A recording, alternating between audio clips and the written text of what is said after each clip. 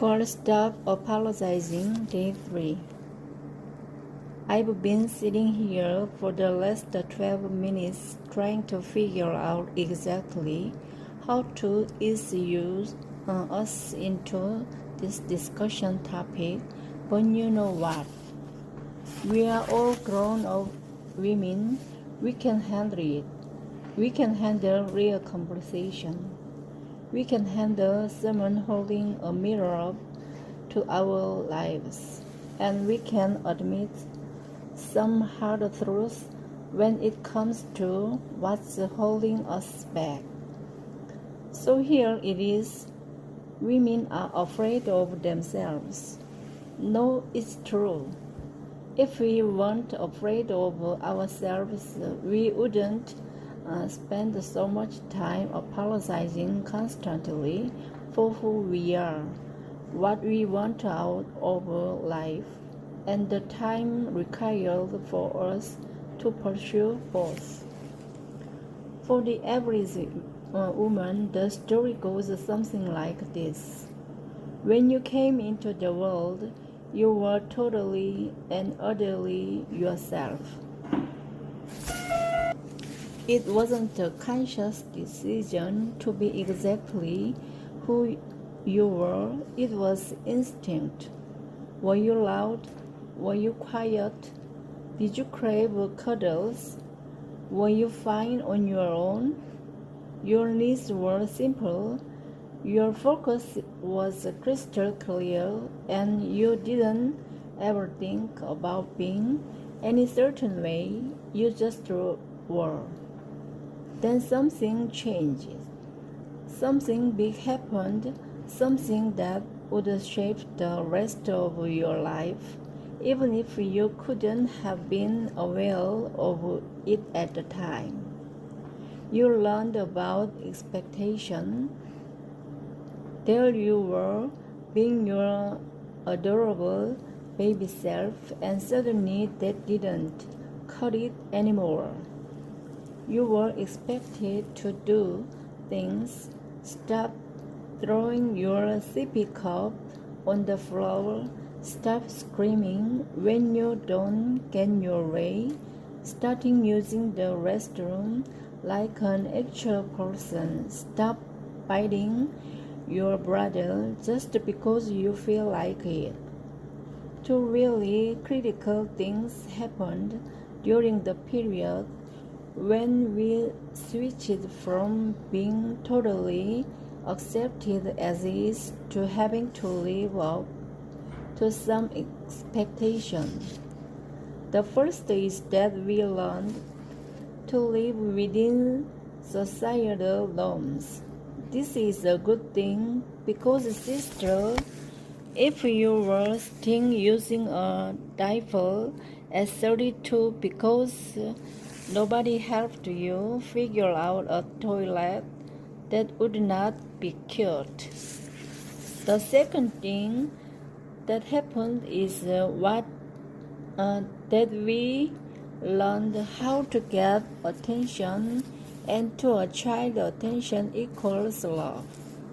In fact, if you never learn any better, you will go through your entire life believing that to have someone's notice means you are loved. See social media as a whole. Listen up, because I'm about to tell you something that may help you understand literally every person you know, and possibly yourself as well.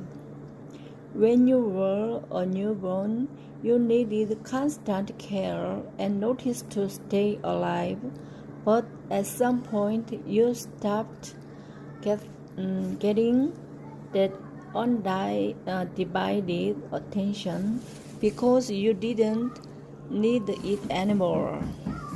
But you still like other people's regard. You were a baby after all, and so your clever mind started to test our ways to get notice on demand. Some toddlers get attention by being affectionate, so they learn to be dependent upon it. Some toddlers get attention by doing something that makes their parents laugh, so they learn to entertain. Some toddlers learn to get attention by doing something good that everybody praises. They become an achiever.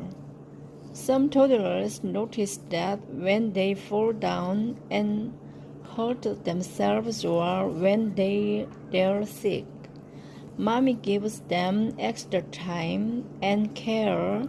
A hypochondriac is born.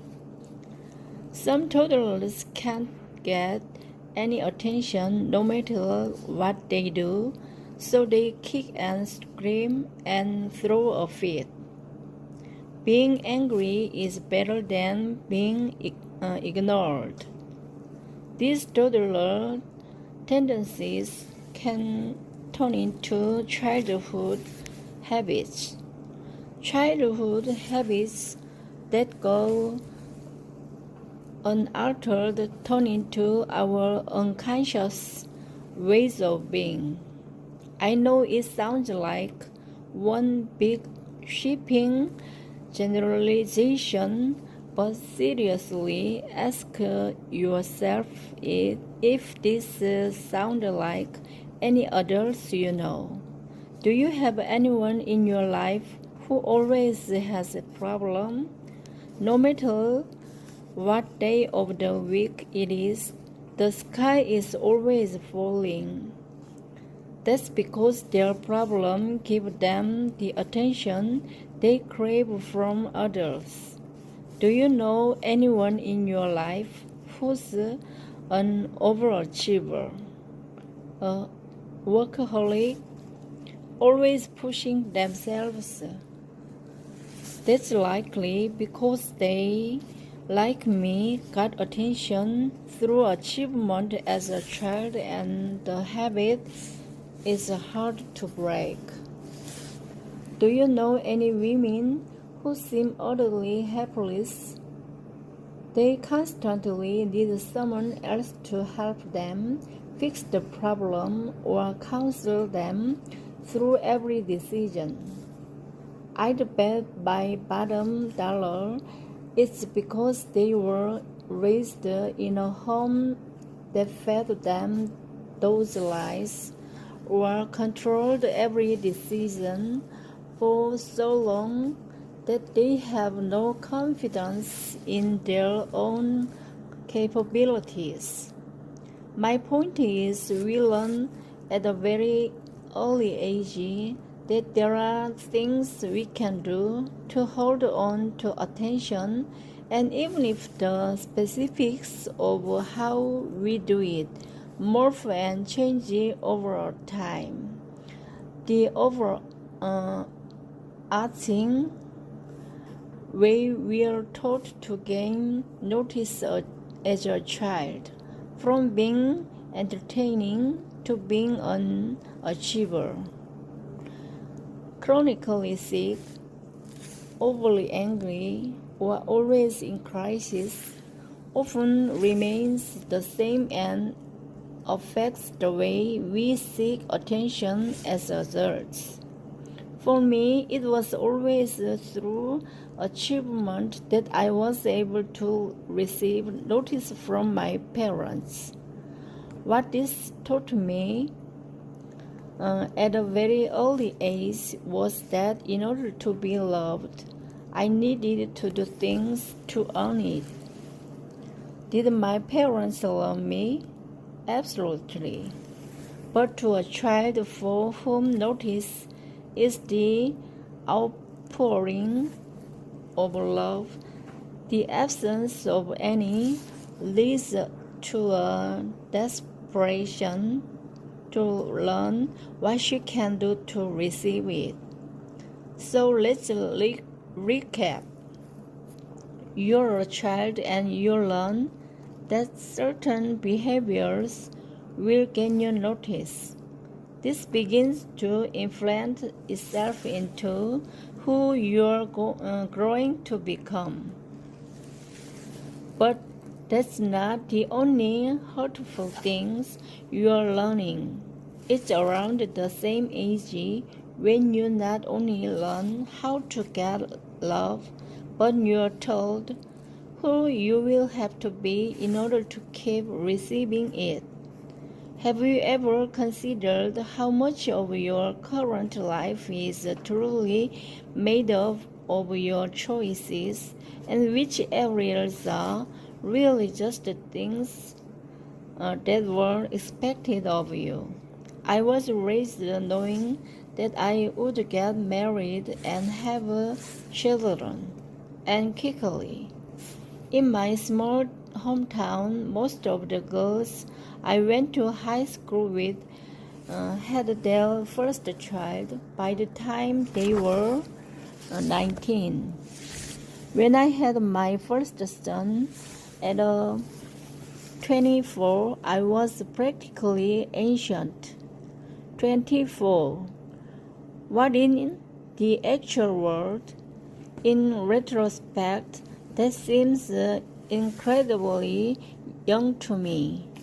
The idea of one of my kids having a baby by 24 makes me start to hyperventilate.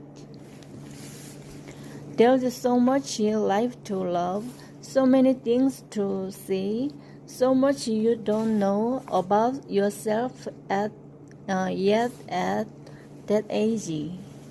I can't say that I'd change anything about when I got married or when I had babies, because that would mean I wouldn't have the children I have now. But the older I get, the more I become aware that I was raised thinking that my real value was based on the role I would play for other people. After all, being deemed a good wife or a good mother or daughter is rarely based on how true you are to yourself.